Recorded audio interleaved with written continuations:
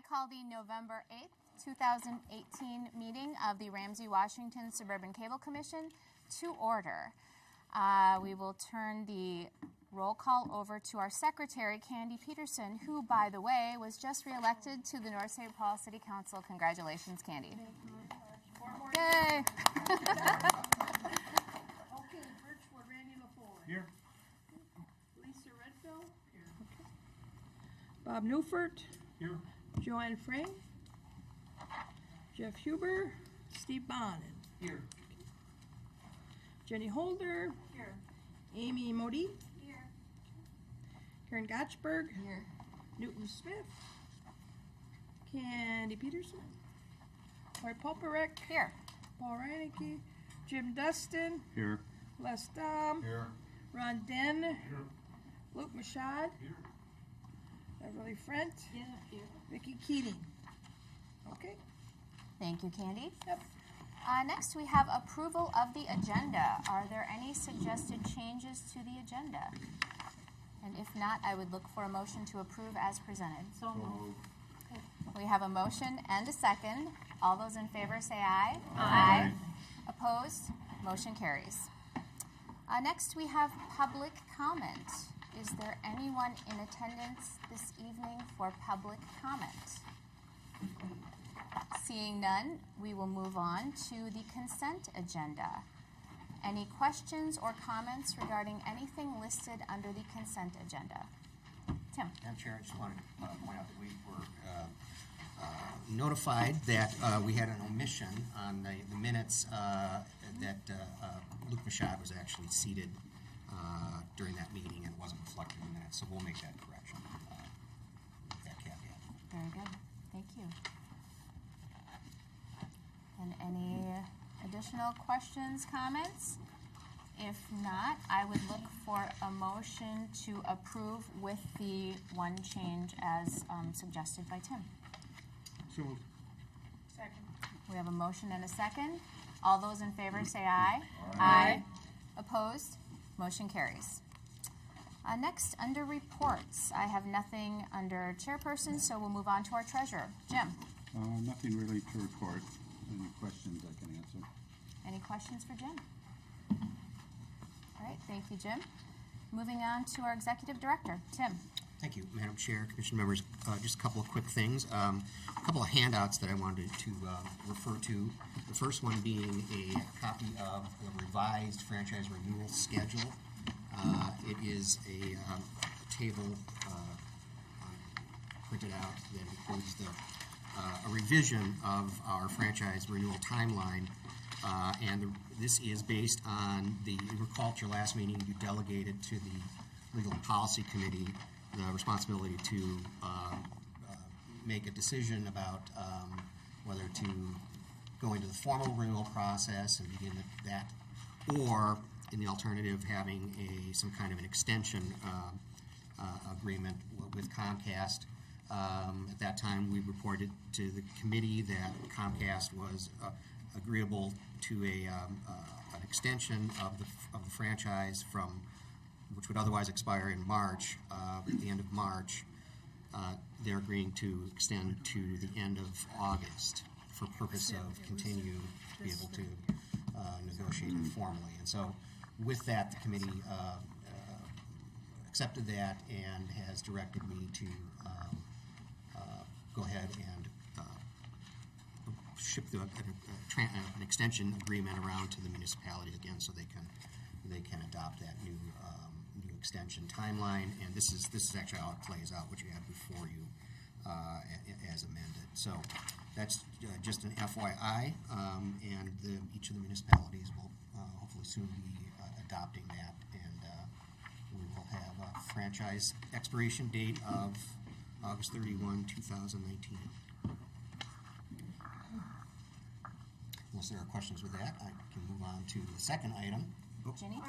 I just would like to comment that if you haven't already sent it, that the cover letter clearly state that this is a request by Comcast, because this is the third or fourth one. Yeah, and I would point, yes, I will. I appreciate that. That's certainly worthwhile, especially since I think it's been Comcast that hasn't been able to be very active in the last several months. And part of it is that one of their key people had been ill, and so it's not for lack of the commission wanting to try to work out something. It's been more of an issue of Comcast's availability, and so I'll certainly make that point. That is something that Comcast proposed. The other item I want to just briefly touch on is there's a copy of a document from the League of Minnesota Cities Insurance Trust. This is just renewal of our, involves renewal of our annual coverage that we get through them for our liability and errors, omissions, and it's the comprehensive property and vehicle and all that kind of stuff. So it's up for renewal, but one of the things that has to happen with each renewal is a decision about whether to waive the monetary limits that are established in statute, whether to waive or not. In the past, you haven't waived that, and I'm not sure why you would want to, because the statute limits your liability, and they provide for this waiver in the event that you would, for whatever reason, want to consider paying penalty damages in excess of what the state statute provides. There's probably some history and background. I can go into it with you, but ultimately, my recommendation would be to, for the record, reassert that you don't waive that those limitations and that we submit the renewal form. Madam Chair, would you entertain a motion to pass this at this time, that we do not waive it? Yes. Certainly. And that's my motion. We have a motion. Second?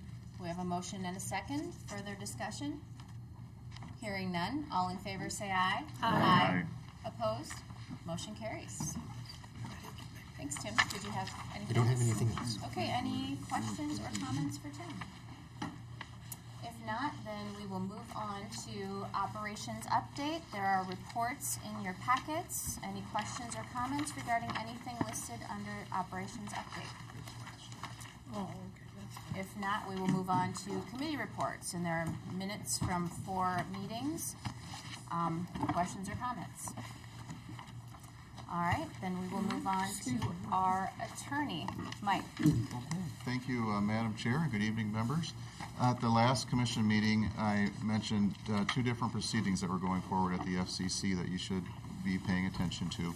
One was an order that was expected to come out of the FCC on small cell facilities. That order did go through at the end of September.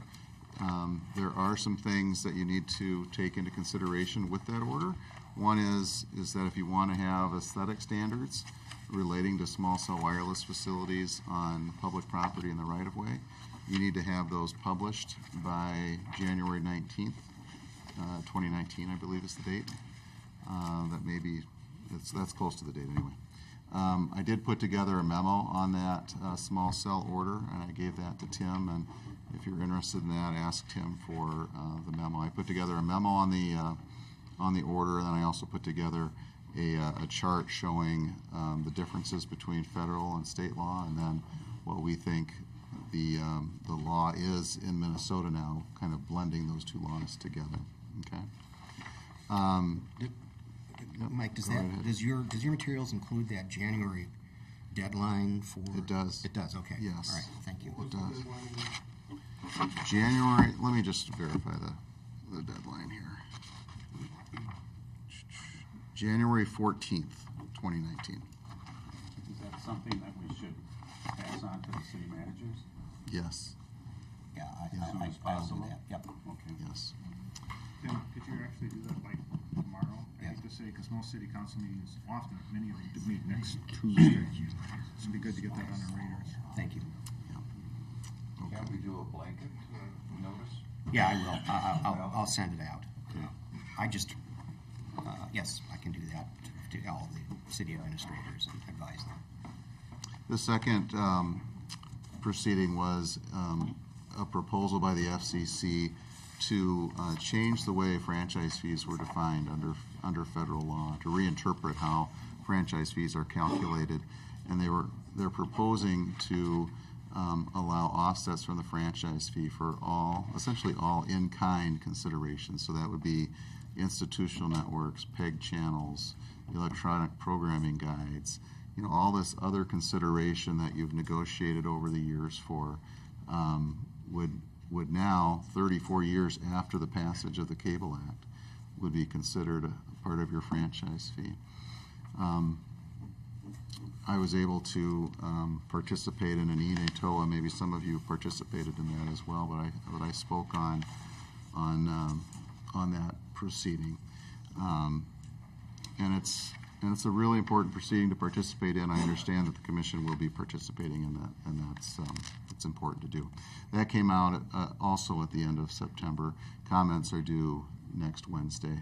Reply comments are due December 14th. And with that, that's my report, full of good news. All right, any questions or comments for Mike? All right, thank you, Mike. No, thanks. We will move on to cable company. And I don't believe there's anyone in attendance this evening from the cable company, but we do have copies of a couple of letters from Comcast in our packets. Any questions or comments regarding those letters? Not those Ginny. letters, but they were going to provide some brochures on their, what's their program called? Essentials? Essentials, yeah. And has anything happened with that? They were going to open it up for service people, and they were going to provide us with some brochures, and I thought nothing's happened that I know of. Okay, maybe, I thought that something was submitted, but I might be confusing that. Let me check and follow up and get those to any of you who are interested in having them. And I recall receiving some brochures about Internet Essentials, but not specifically for military, so.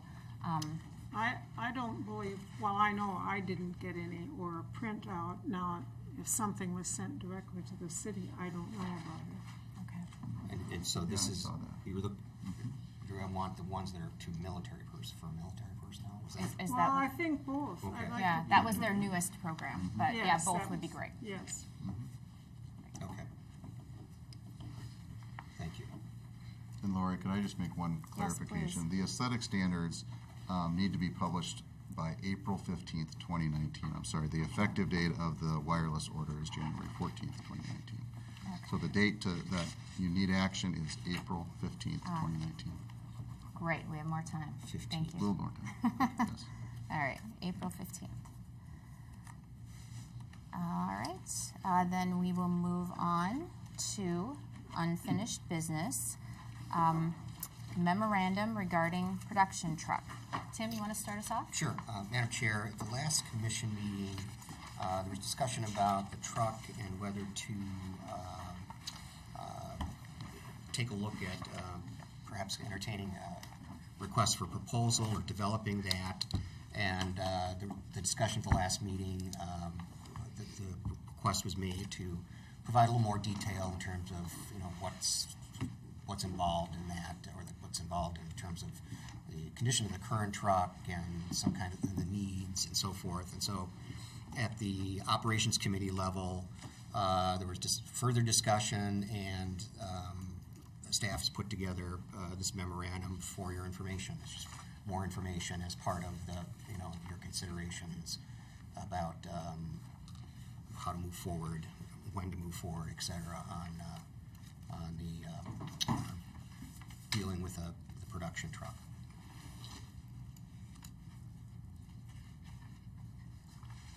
Do you need a motion to approve? Jim? Motion approved. I appreciate the hard work that the committee has done and the staff has done for this information. That's what we asked for, is information. We did not ask to go out for RFP. This kind of insinuates that we would go out for RFP if we make a motion to do that, which I do not support. We have to get control of our future finances. We don't know where we're at with our lawsuit, with our franchise. I think it's way too early to be thinking about an expenditure of this amount of money for this committee at this time. That's my comment. I was just gonna make a motion so we could discuss it. Well, we don't have to make a motion to discuss it. They just brought this to our attention. That's what they've done. Madam Chair, I concur with Jim. I think right now we're in a flux, and once we get a handle on our finances, then, you know, because we're talking a big ticket item here, so that's my take on it. Jenny? My comment would be, we do not want to be in a situation where we're dismissing staff because we've bought a truck. So I too think we ought to just use this information. I'm in favor of the production truck. I just don't want to be dismissing staff because we don't have the money. So. It was like, the committee's worked pretty hard, and the staff has worked exceptionally hard to pull this together, and this has been on our radar for years and years, and we keep kicking the can down the road year after year. And I understand I appreciate what you're saying, but this is not a commitment to buy anything. This is just like, what's it going to cost? You know, you've got a range. Look at the $600,000 to $800,000. That's a $200,000 spread. And what do we? You know, if we put it off, it takes a long time to get these trucks built too. I mean, if you get the RFP out, you push it out, and in 2 or 3 months, maybe the lawsuit will be done, and then you're kind of ready to go. You don't. This is not committing anyone to buy anything. This is just what's it going to cost us? That's what we're trying to find out now. So when the lawsuit is ready, if the lawsuit is ready 2 or 3 months from now, then we have to put off 2 or 3 more months to try and get this truck. You know, I'm really kind of tired of getting kicked down the road. You know, it's going to keep happening. So. Jane? I would just like to respond that I really am in favor of the production truck, but most RFPs have a 30 to 60 day. This price is only good that long. It's not going to be good till we know what's happened. It could be March, right before the judge has to respond to the lawsuit, and it could be August or later. And I'd be willing to look at, if the franchise fee gets extended again and again, then I'm willing to do business. However, I am really concerned about the price may not be good 60 days from now if we go out for an RFP.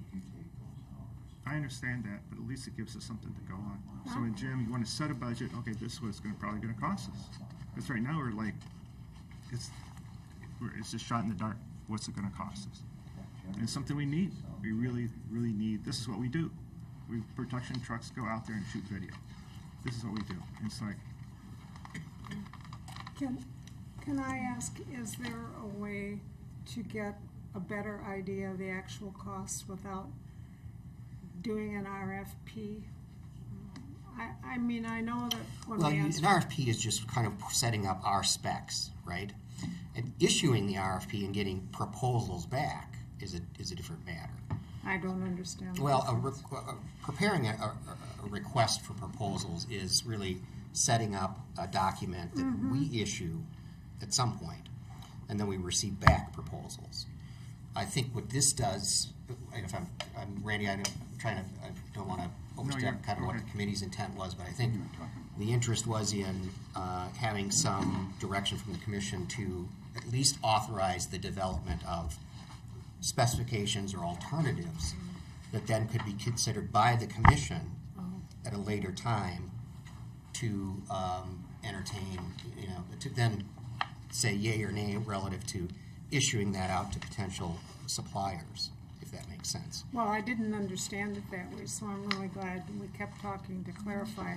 I have no problem asking folks who supply these things for pricing.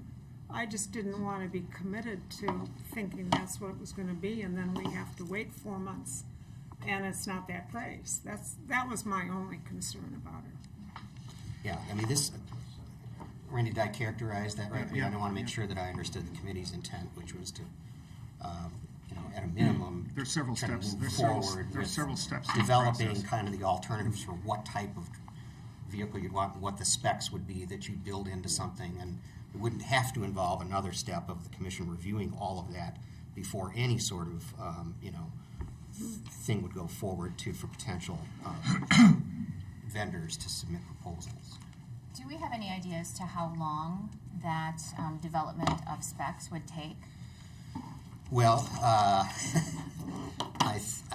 that's where it really gets to the nitty gritty with our staff and having to actually commit the time to dig in and see what we have. Example RFP from a purchase that was actually done in the Burnsville-Egan Cable Commission area. So we could use that as sort of a jump-off point. But I think there's a lot of discussion about that needs to happen at the committee level yet, and at the staff level to sort of look at how a request for proposals would be structured, and so that you could get any of the alternatives that you want to see in terms of pricing and specifications and so forth. So it can be a pretty complicated thing. But I think that's the threshold question for, at least at the staff level, is there interest in the commission seeing what potentially may be sought? And if there is, great. If there's not, then we would probably put off that kind of detailed work for a while. We think we can go to school on some of the other areas that have already done these kinds of things and figure out what their process was, and then begin to advise the committee as to what it might want to recommend to the full commission in the form of a specific kind of proposal and specification or alternative specifications. That's how I read this. What the committee was trying to get at. Jim? I don't think we need to put that time and effort into it right now. I don't think our staff should be working on it. I'm sorry that you feel that it's getting kicked down the road, Randy, but we do not have the funds for sure locked up for something like this. I support the truck. I think it's great. It goes out to the parades. It goes to the hockey games, the basketball games, and we do need it. But, I mean, you're actually also talking about a garage in here. And it's just going to, I knew this would happen when you guys wanted to do it a couple months ago, and it's just going to multiply and multiply and multiply and more things. The next thing you know, if you have the votes, you'll get the truck, and then what do we do if we don't have the money for some of our other obligations that could be out there? And I really, really think that it's just not the time to be looking into it any farther. I'm sorry, but that's a strong feeling that I have in our finances. Les? I did some quick calculating.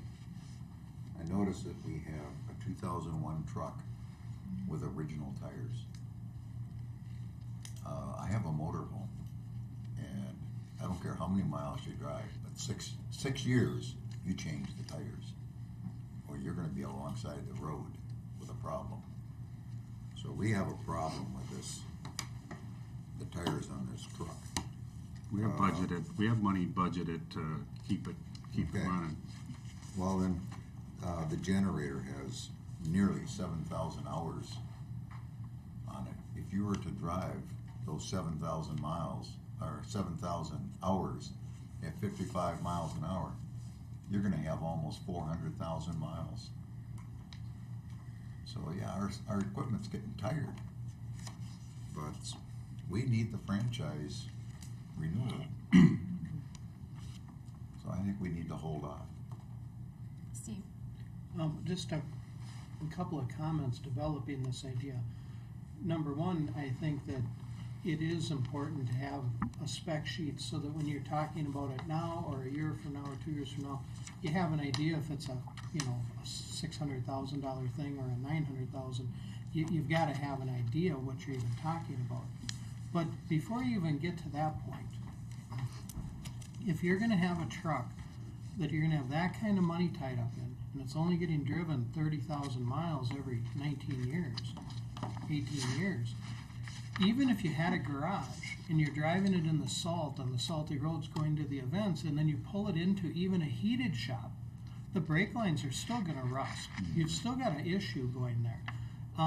As far as maintaining an older vehicle, I mean, obviously it needs some maintenance. And until, you know, if this is kicked down the road a year or 2 years from now, or whatever the case, or 6 months, maintenance needs to be done on this truck. And I don't know who you've got going for a mechanic now, but, you know, if they've got brake lines that are failing while they're on the road, I would say some preventative maintenance would be in order to, you know, continually monitor these brake lines. You can see when a brake line is getting a rust spot on it.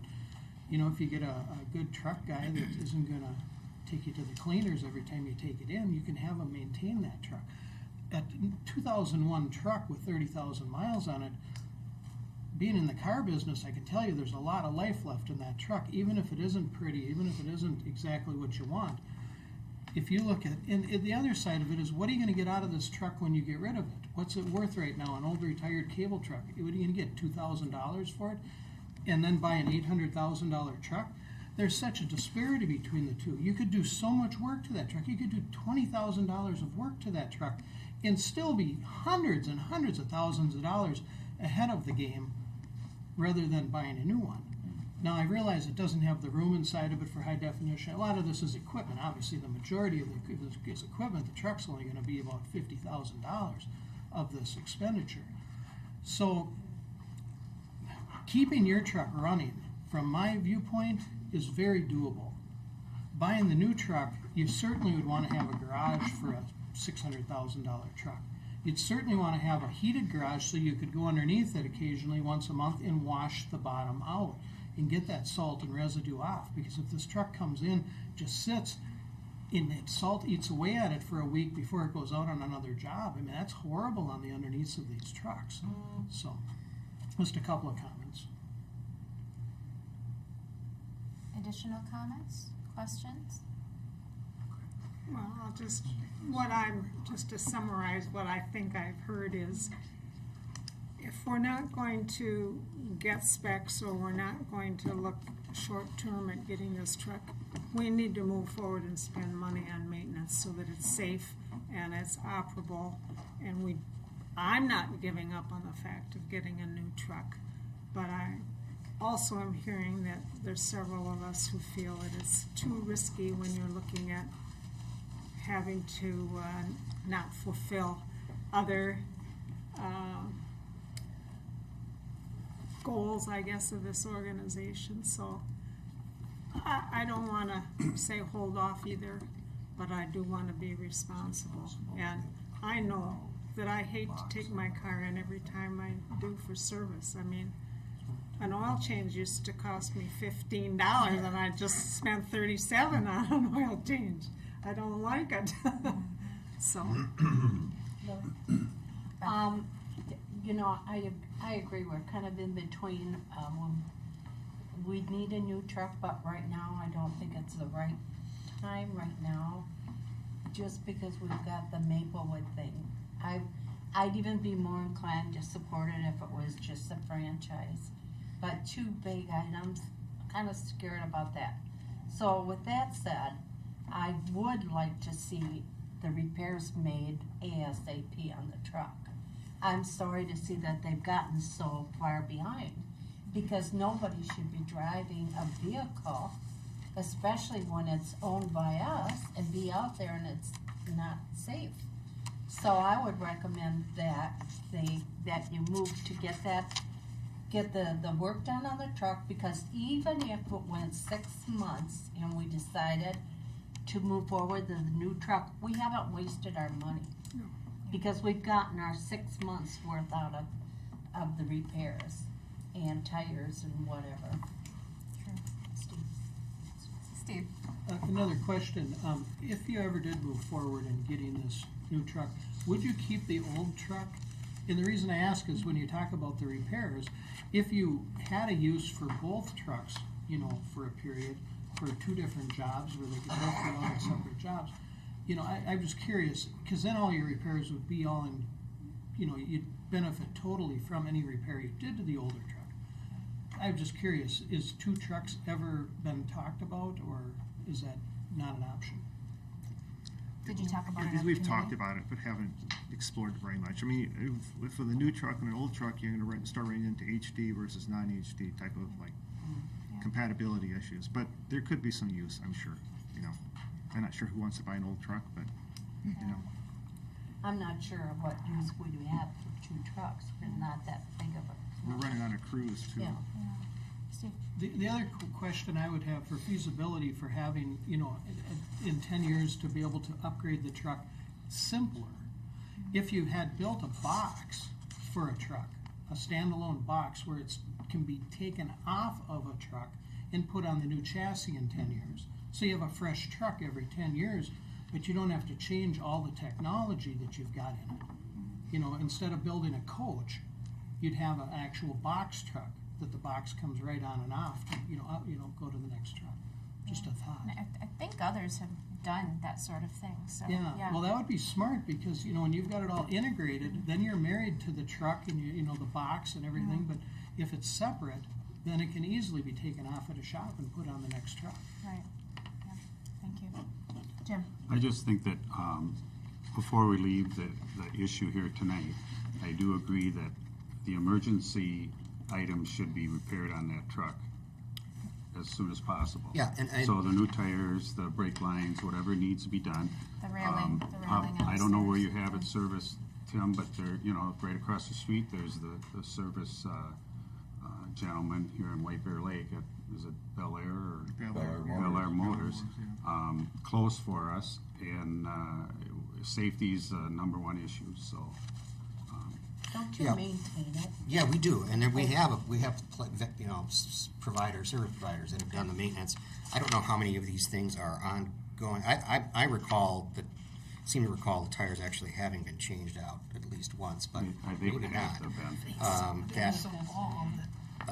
But we do have it looked at frequently, and that last page reflects some of the repairs that we've had on it. But if there's anything lingering that needs to be taken care of, yeah, we're doing it. And we have a budget item for the truck maintenance, and we have to because it's scheduled, to do things, several times per week. And that generator is probably the next thing that is we'd have to contend with, but replacement generators can be added. We'll go Les and then Steve. Les first. Well, one of the issues is stopping the vehicle. And if you've got steel brake lines, they're gonna rust. And spend a little more money when you put brake lines in and get stainless steel, you don't have to worry about the rusting. And I've done my motorhome with stainless steel brake lines. It only costs $300. That's cheap. But I wouldn't do that on this truck. Well, Not for a probably replacement, no.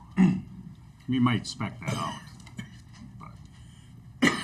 The last comment I had is if you're gonna pick a shop, I don't know if Bel Air has you want somebody that's got a bay that they can get our truck inside of. They so have they one. can, then they're good. Yeah, They got my motorhome in there. well, I don't know if any motion has to be made, but I just accept the report, I guess, and thank the committee, and we'll get the older truck back in order and good to go for a while. We'll see. Maybe this spring we can look at it again. Where do you sell cars? Sounds good. Any additional questions or comments before we move on? Okay. Next, moving on to new business, 2019 employee health coverage. Tim?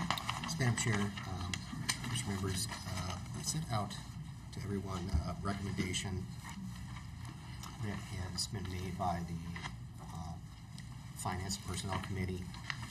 It's copied here for you as well tonight on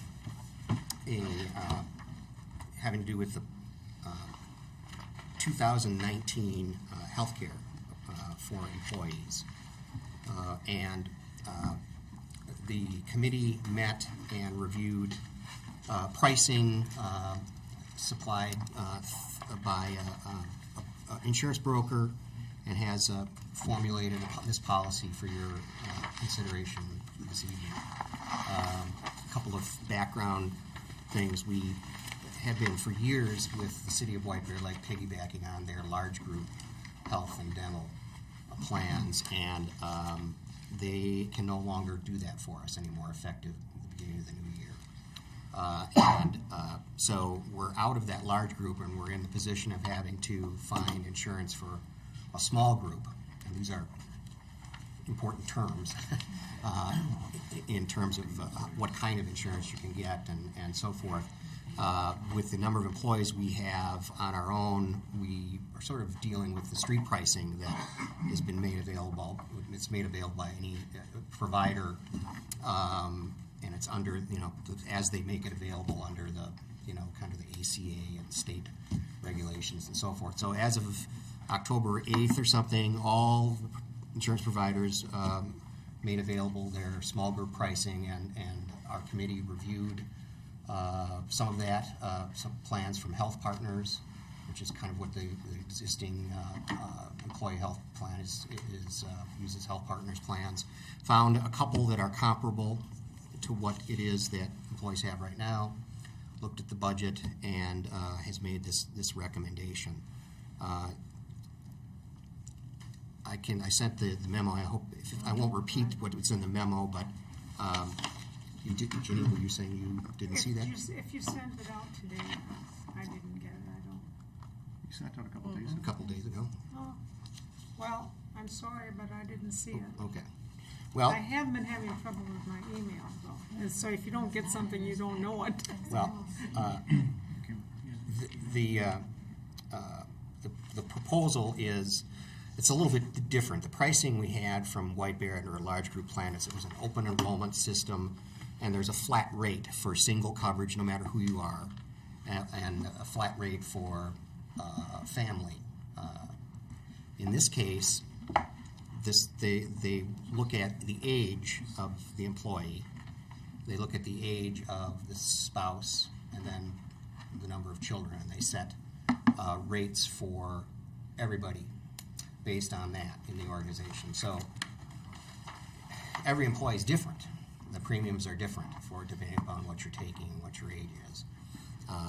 So it was a little bit of a challenge for the committee to kind of convert your policy, which has been to provide a flat contribution amount per month, when they're dealing with vastly different premium amounts depending upon the employee. So the proposal that you have in front of you is to go with a percentage sort of a contribution, whereby the commission would contribute 100% toward the premium for just the employee, and then for spouse coverage 70%, and for children 70%.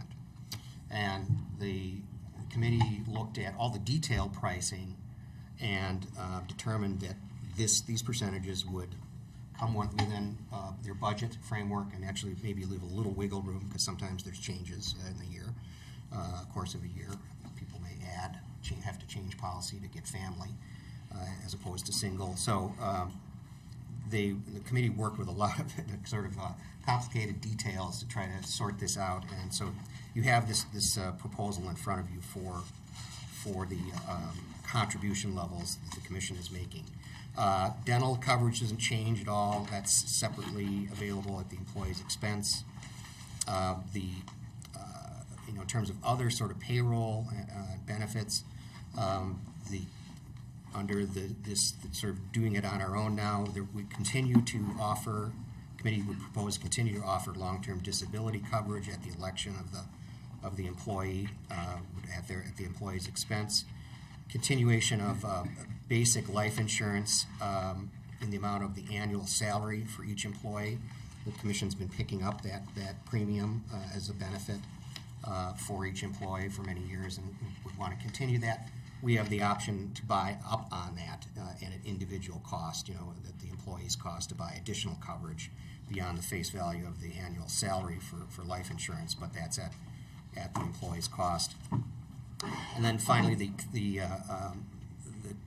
committee is proposing to eliminate the any commission contributions to employee deferred compensation in lieu of taking medical coverage. That was one thing that you had going in your policy before, which is that if an employee wasn't taking health insurance through the commission, a certain amount was you would make available to them for that they could put into deferred compensation in lieu of that health care.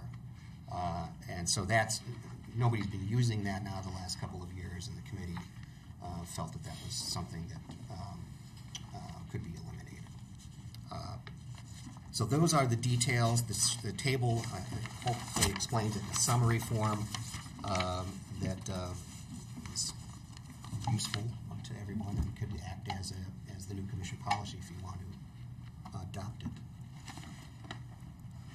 Okay. Questions or comments? Jenny? I'm sorry that I haven't seen this earlier.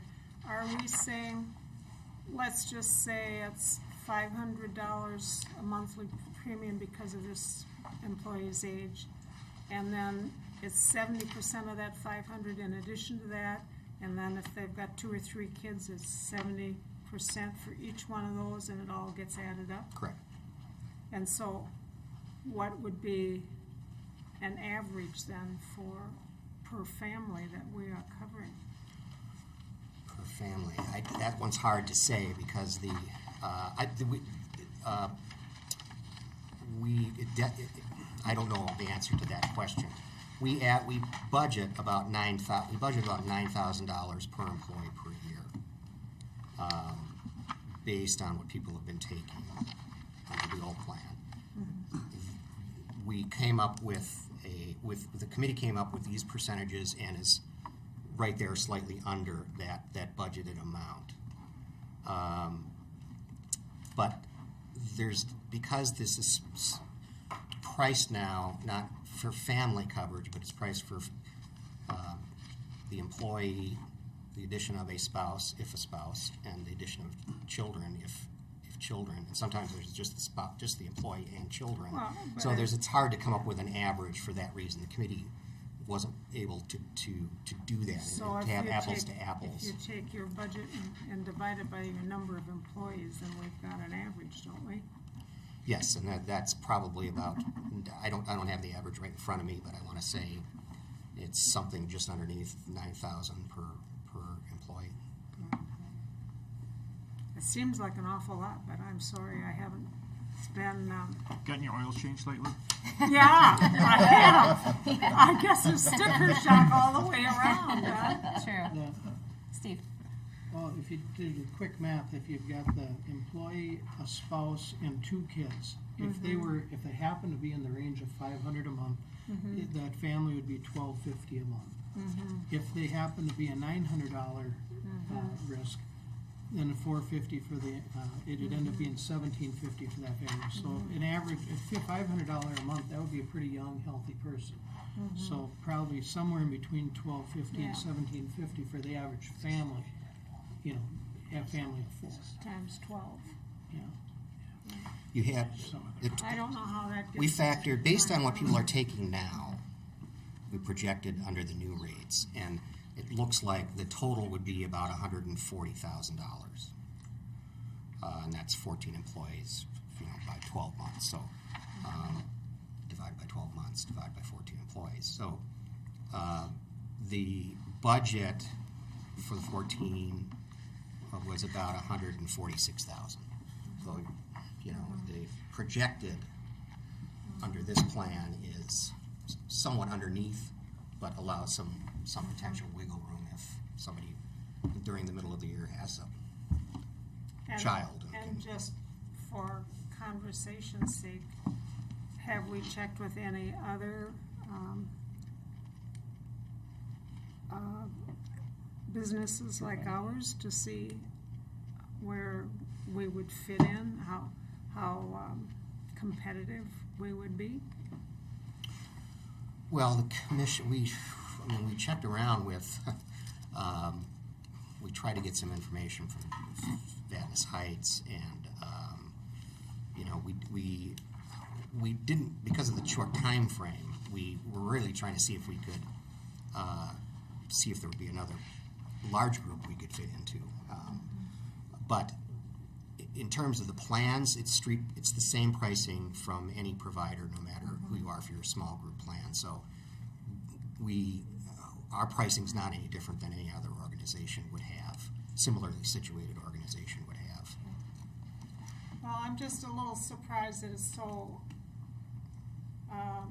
much had to be done in so short a time frame when I raised it every year for the last 2 or 3 years, and I started working on it years ago, and it got dropped and it got dropped. I hope this is the best we can do for the employees at our cost, but I am disappointed that it got to where our hand was forced, and then we felt we had to do something because we didn't have the time to do something else. Well, some of that, Jenny, is, all of it is related to the fact that the pricing wasn't available until the beginning of October.